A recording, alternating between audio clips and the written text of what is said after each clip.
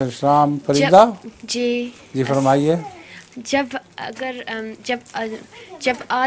جب آدمی نماز پڑھتا ہے تو اس کے آگے سے گزرنا منع ہے، مگر مسجد حرام میں لوگ اس بات کا نہیں خیال کرتے کیونکہ بے شمار لوگ نمازیوں کے آگے سے گزرتے ہیں، بلکہ طواف بھی نمازیوں کے نماز پڑھتے بھی آگے سے گزرتے ہیں۔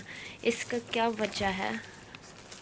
یہ تو اچھی بات نہیں ہے، نماز کے آگے سے گزرنا نہیں چاہیے، خواہ وہ حرم میں نماز ہو یا کسی اور جگہ ہو۔ رسول صلی اللہ علیہ وسلم نے منع فرمایا ہے۔ ہمارے قادیان میں تو ایک صاحب ہوا کرتے تھے، وہ دھوتر مارا کرتے تھے بچے کو، کوئی آگے سے گزرے نا تو آگے بڑھ کے ایک قدم بڑے زور سے مارا کرتے تھے۔ تو وہ مارنا تو خیر ناجائز ہے، مگر آگے گزرنا مناسب نہیں ہے۔ سجدے کی جگہ چھوڑ کر پھر آگے سے گزر سکتے ہو۔